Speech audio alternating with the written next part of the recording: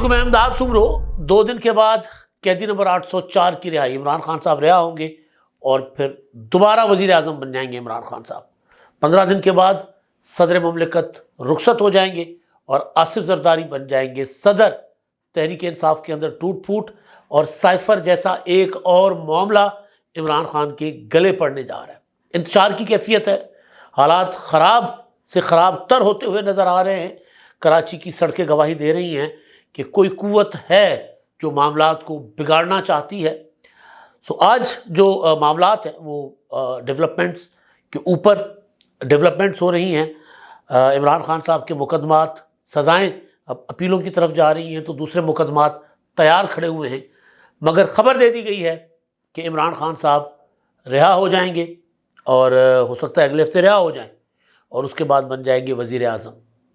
دوسری طرف عمران خان صاحب کی پارٹی کے اندر جو انتشار ہے،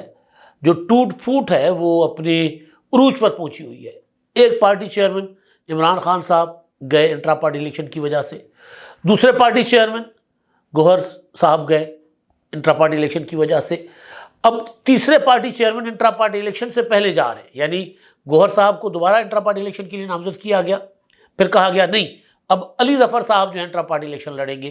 اب کہا گیا کہ نہیں، علی ظفر جو ہے وہ بھی ٹھیک کام نہیں کر رہے، لہذا جو صورتحال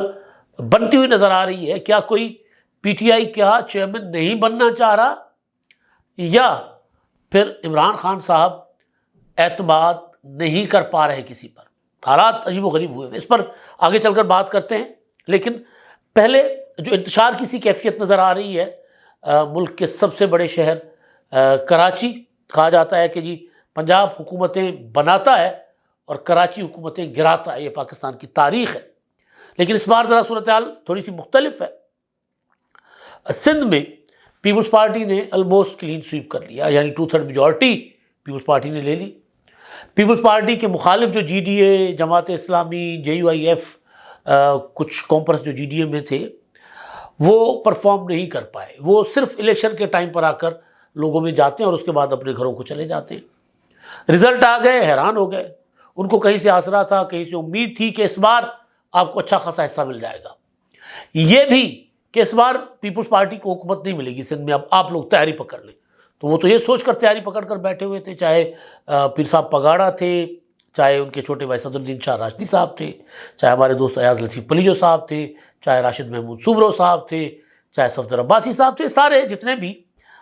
جی ڈی اے اور اس پیپلز پارٹی کے مخالف اتحاد میں ہیں۔ اب ہوا یہ کہ پیپلز پارٹی وہاں سے میجورٹی لے گئی، رزلٹ آ گئے، کہا گیا دھاندلی ہوئی ہے، احتجاج، دھرنے، سارا کچھ سلسلہ شروع ہو گیا۔ لیکن جو کال اصل تھی وہ آج کے لیے تھی کہ آج 10 لاکھ لوگ سندھ اسمبلی کے سامنے اکٹھے ہوں گے،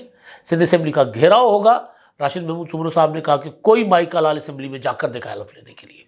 لیکن راشد محمود سمرو صاحب کراچی ٹول پلازا پر وہاں پر روک دیا گیا ان کو۔ کچھ قافلے آئے ان کو شارع فیصل پر، اور پریس کلب کی طرف جماعت اسلامی کے امیر کی قیادت میں وہاں پر احتجاج ہوا، حلف برداری ہو گئی۔ اسپیکر سندھ اسمبلی جو ہے نثار اپنا سراج درانی صاحب، انہوں نے حلف لیا۔ پہلے حلف لیا گیا سندھی میں، جو سندھی میں حلف لینا چاہتے تھے، پھر اردو میں جو اردو میں حلف لینا چاہتے تھے، پھر انگریزی میں جو انگریزی میں حلف لینا چاہتے تھے۔ تو ٹریڈیشنس ہیں سندھ میں تینوں سرکاری زبانیں ہیں۔ تو بہرحال حلف برداری بھی ہو گئی، اور اس کے بعد حالات یہ کہ شارع فیصل پر جے یو آئی ایف کے قافلے پہنچے، وہاں پر سڑک بند کر لی گئی، اور وہاں پر پولیس کی شیلنگ اور جو ہوتا ہے پولیس اور مظاہرین میں تصادم، جھڑپیں، اور اس سے پہلے عوامی تحریک ایاز لطیف پلیجو صاحب کی، ان کے کارکنوں کی، خواتین کارکنوں کی پولیس کے ساتھ جھڑپیں، تو کچھ خواتین کارکنوں کو گرفتار کر لیا گیا، بعد میں رہا بھی کر لیا گیا۔ تو کراچی کے مناظر جو ہیں وہ ایسے آپ کو مناظر کہیں نظر نہیں آ رہے ہوں گے اس طرح۔ خیبر پختونخوا میں جے یو آئی کو بالکل صفایا کر دیا گیا، جے یو آئی کا، دھاندلی ہوئی نہیں ہوئی، جو بھی ہوا، مولانا فضل الرحمان صاحب اپنی سیٹ ہار گئے، ان کے صاحبزادے ہار گئے، ان کے بھائی ہار گئے، یعنی وہاں پر تو جو پی ٹی آئی نے، اور جو اصل والا دھاندلا ہوا وہ خیبر پختونخوا میں ہوا ہے، جہاں پر ریاستی مشینری بے بس تھی، کیونکہ وہاں کے حالات جو ہیں وہ پنجاب سے اور سندھ سے مختلف ہیں۔ وہاں پر آپ نے دیکھا ہوگا کہ جتنے بھی پی ٹی آئی کے لوگ ہیں سارے وہاں جا کر حجروں میں بیٹھے رہے، چھپ گئے، اور پولیس اور جو ریاستی ادارے ہیں وہ وہاں جا کر کارروائی نہیں کر سکے۔ وجہ یہ ہے کہ وہ ایک قبائلی سسٹم کے اندر زندگی گزارنے والے لوگ ہیں، وہ اپنا مہمان کسی صورت کسی کے حوالے نہیں کرتے وہ۔ اور پھر ظاہر ہے وہاں پر تحریک انصاف کو وہ والا ایلیمنٹ جو تھا، عمران خان صاحب جن کو لے کر آئے تھے پاکستان، کہ جو 30-40 ہزار خاندان تھے ادھر شفٹ ہو گئے تھے آپریشنز میں، وہاں طالبان آ گئے تو ان کو مار دیتے تو ہم ان کو یہاں پر لے کر آ گئے، سیٹل کر لیا، یعنی ٹی ٹی پی والے، وہ پی ٹی آئی کے سپورٹ میں تھے۔ تو وہاں پر تو کچھ اور ہی ہوا نا، وہاں پر مولانا صاحب یا ان کی جماعت احتجاج نہیں کر رہی۔ میں قطعاً نہیں کہہ رہا کہ سندھ میں دھاندلی نہیں ہوئی ہوگی۔ پنجاب میں تحریک انصاف کا الزام ہے کہ جی ہمیں یہاں پہ ہرایا گیا ہے، ہماری 80 سیٹیں لی گئی ہیں پنجاب سے۔ یہاں پر احتجاج نہیں ہو رہا، سارا کا سارا فوکس سندھ پر ہے، کراچی پر ہے۔ اس کے پیچھے کیا ہے؟ کوئی تو ہے جو سارا چلا رہا ہے یہ سارا کچھ، تو کچھ چیزیں ہیں، یہ آٹو اس پر نہیں لگی ہوئی۔ تو بہرحال اس پر میں اگلے ولاگ میں جب ڈیٹیل سے اس پر بات کروں گا، کیونکہ ابھی کچھ اور چیزیں ہیں، تو ابھی میں احتجاج کی طرف کے اوپر ہی فوکس کرتا ہوں کہ وہاں پر بہرحال اچھا خاصا احتجاج بھی ہو رہا ہے اور اچھی خاصی بدھ بھید جس کو کہتے ہیں نا، جھڑپیں بھی ہو رہی ہیں۔ اچھا، اب یہ تو ہے نا کہ انتشار کسی کیفیت پیدا ہو رہی ہے۔ ایک انتشار تحریک انصاف کے اندر ہے بدترین قسم کا۔ خبر آئی کہ جناب پی ٹی آئی کا 3 مارچ کو انٹرا پارٹی الیکشن ہوگا، اور ان الیکشنز کے لیے بیرسٹر گوہر صاحب جو چیئرمین ہوں گے۔ پھر عمران خان صاحب سے پرسوں ملاقات ہوتی ہے بیرسٹر گوہر کی اور علی ظفر صاحب کی، وہ آ کر باہر پریس کانفرنس کرتے ہیں اور کہتے ہیں کہ نہیں جی وہ بیرسٹر گوہر صاحب نہیں، بیرسٹر علی ظفر صاحب جو ہیں وہ پارٹی چیئرمین کے امیدوار ہوں گے۔ اور پھر یہ بھی خبر دے دی جاتی ہے کہ آئی ایم ایف کو خط لکھا جائے گا جس میں کہا جائے گا کہ پاکستان کو اس وقت تک آپ قرضہ نہ دیں، پاکستان کے ساتھ آئی ایم ایف اس وقت تک انگیج نہ کرے جب تک پاکستان میں جو انتخابات ہیں وہ آئی ایم ایف کی نگرانی میں اس کا آڈٹ ہو، انڈیپینڈنٹ کوئی ادارہ آڈٹ کرے، اور جو پی ٹی آئی سے سیٹیں چھینی گئی ہیں پی ٹی آئی کو واپس کریں، یعنی پی ٹی آئی کو اقتدار ملے، عمران خان کو وزیر اعظم بنایا جائے، تو اس کے بعد آئی ایم ایف ہمیں پیسے دے، یعنی پاکستان ڈیفالٹ کر جائے، پاکستان کی سلامتی، پاکستان کی معیشت، یعنی سری لنکا بن جائے، پاکستان سری لنکا بن جائے، اس کے بعد عمران خان صاحب آ کر وزیر اعظم بنے، تو پھر آئی ایم ایف جو ہے انگیج کرے۔ تو بہرحال اس پر جو پتہ چلا کہ جی بیرسٹر گوہر صاحب نے کہا کہ جی میں تو یہ نہیں کر سکتا ایسا اعلان، تو انہوں نے کہا، عمران خان صاحب نے کہا پھر آپ چیئرمین نہیں بن سکتے۔ انہوں نے کہا ٹھیک ہے، علی ظفر کو بنا لیا۔ اب علی ظفر صاحب کے لیے کل شیر افضل مروت صاحب نے 2 اسٹیٹمنٹ دی۔ ایک یہ تھی کہ جی بیرسٹر گوہر جو ہے وہ نااہل ہے، نالائق ہے، صحیح کام نہیں کر رہے تھے، ناکام ہو گئے، پارٹی کو ایکٹیو کرنے، کارکنوں کو موٹیویٹ کرنے میں ناکام ہوئے، لہٰذا ان کو چیئرمین نے، عمران خان نے کہا کہ وہ آپ چیئرمین کے حقدار نہیں ہو، علی ظفر کو لگا دیا۔ رات کو شاہ زیب خانزادہ کے پروگرام میں بیٹھ کر وہی شیر افضل مروت کہہ رہے ہیں کہ جی علی ظفر تو مبارکباد وصول کر رہے تھے، لیکن اب ان کا فیصلے پر بھی نظر ثانی ہو رہی ہے۔ وجہ یہ ہے کہ علی ظفر کا فوکس جو ہے وہ پارٹی کی تنظیم اس پر نہیں ہے، ایکٹیویٹیز پر نہیں ہے، سیاست پر نہیں ہے، ان کا فوکس اپنے مقدمات پر ہے، لہٰذا ان کو بھی انہوں نے اشارہ دے دیا کہ پارٹی چیئرمین وہ نہیں کوئی اور ہوں گے، شیر افضل مروت شاید خود بننا چاہتے ہیں۔ تو بہرحال پھر خبر ہی آئی آج کہ شیر افضل مروت صاحب کو شوکاز نوٹس جاری کر دیا گیا ہے، اور اس میں کہا گیا کہ آپ کے بیان کی وجہ سے تناؤ کی صورتحال پیدا ہوئی ہے، اور اپنا 2 روز میں معافی جمع کروائیں، ورنہ پھر ظاہر ہے کوئی کارروائی کی جائے گی۔ اور انہوں نے جو اسٹیٹمنٹ دی تھی علی ظفر کے اور اپنا دوسرا شیر افضل مروت صاحب کے حوالے سے، تو اس پر ان کو اب پارٹی نے کہا کہ آپ معافی مانگیں۔ اب یہ پارٹی کے اندر جو انتشار ہے نا اس کی عکاسی کرتا ہے۔ پارٹی کے پولیٹیکل جو تھا وہ اپنا لیڈرز تھے، جو صفیں تھیں، سیاسی لوگ تھے صفوں میں پارٹی کے پہلی اور دوسری ٹیم میں، وہ تو چلے گئے نا، وہ یا تو روپوش ہیں یا گرفتار ہیں یا پارٹی چھوڑ گئے، لیکن جو وکیلوں نے آ کر پارٹی سنبھالی تو آپس میں لڑ رہے ہیں، اور شیر افضل مروت اس میں آگے ہیں، کوئی موقعات سے نہیں جانے دیتے۔ ظاہر ہے ایک پی ٹی آئی کے اندر ایک بڑا انتشار کسی کیفیت ہے۔ اب آصف زرداری صاحب وہ بننے جا رہے ہیں صدر، طے ہو چکا ہوا ہے۔ صدر علوی صاحب جو ہیں وہ 8 ستمبر پچھلے سال ریٹائر ہونے تھے، لیکن کیونکہ اپنا صدر کا الیکٹورل کالج جو ہے وہ انکمپلیٹ ہو گیا تھا، پنجاب اور اپنا کے پی کے کی اسمبلیاں توڑ دی گئی تھیں، تو اس کے بعد پھر آئین کے مطابق جب تک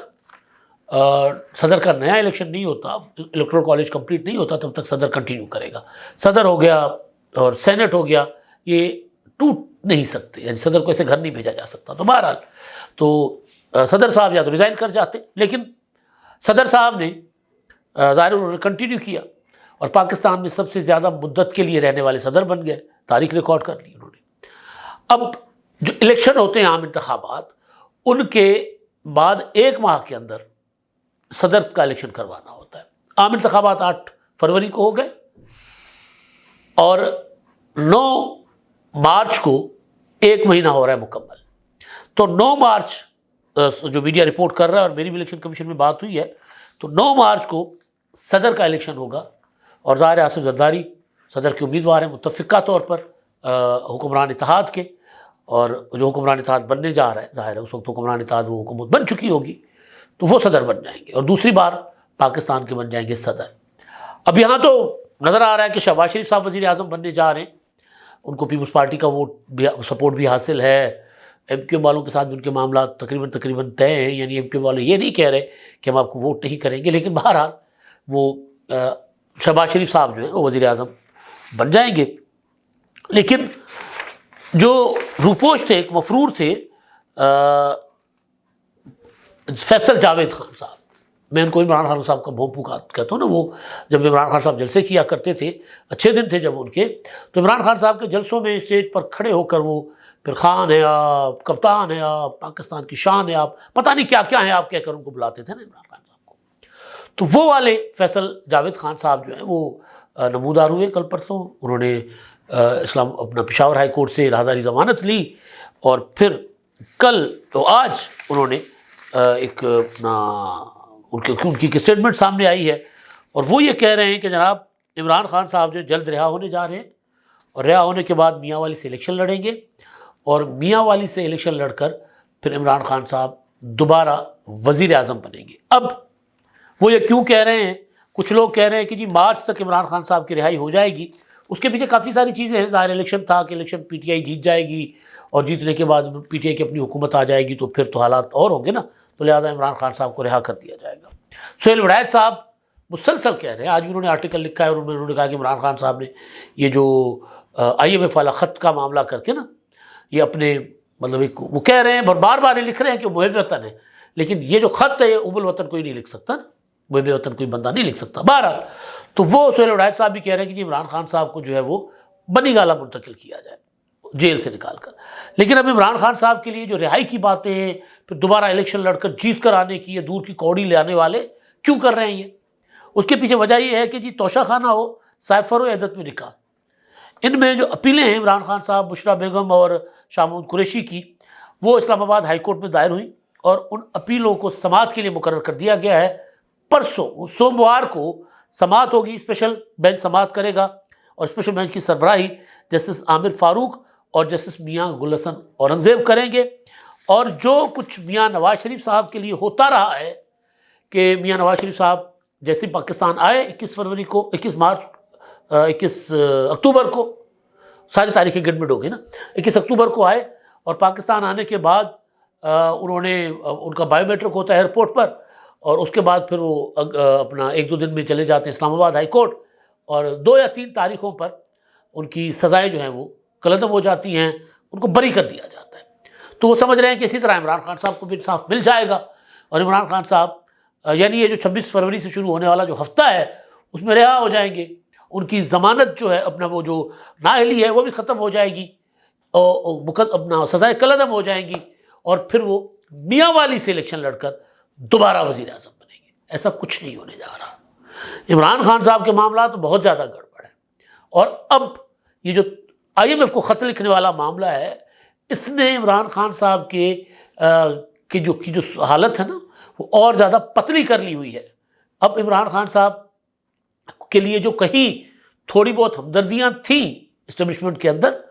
تو وہ بھی اب یہ کہنے کے قابل نہیں رہے، یا جو لوگ کہتے ہیں کہ جن کو رہا کر لیں عمران خان صاحب کو، سہیل عنایت صاحب جیسے لوگ، اب وہ بھی تھوڑا سا بات کرتے ہوئے سوچ رہے ہیں کہ یار ہم کہہ رہے ہیں کہ بھائی ایک سیاستدان ہے، ان کو رہا کر دیں اور ان کو سیاست کرنے دیں، ان کو قومی دھارے میں واپس لے آئیں، وہ اپنا کردار ادا کریں، تو وہ اپنا کردار ادا کرنے کے بجائے وہ نیگیٹو کردار ادا کر رہے ہیں، وہ بھی اسٹیٹ کے خلاف، اپنی مخالفین کے خلاف نہیں، ریاست کے خلاف۔ وہ کہہ رہے ہیں کہ جی IMF پاکستان کو ڈیفالٹ ہونے دے، IMF پاکستان کو قرضہ نہ دے، تاکہ پاکستان کا سلامتی بھی داؤ پر لگ جائے، معیشت بھی داؤ پر لگ جائے، سب کچھ داؤ پر لگ جائے۔ اگر میں نہیں ہوں تو پھر پاکستان بھی نہیں ہے۔ یہ اپروچ کے ساتھ عمران خان صاحب آگے بڑھ رہے ہیں، تو پھر یہ مجھے نہیں لگتا اگلا ہفتہ کہ ایسے کئی ہفتے اور عمران خان صاحب میں سلاخوں کے پیچھے دیکھ رہا ہوں، نہ وہ بنی گالہ منتقل ہوں گے، نہ وہ رہا ہوں گے، نہ ان کی نااہلی ختم ہوگی، نہ الیکشن لڑیں گے، نہ دوسری بار وزیر اعظم بنیں گے۔ اب تک کے لیے اتنا ہی، اللہ حافظ۔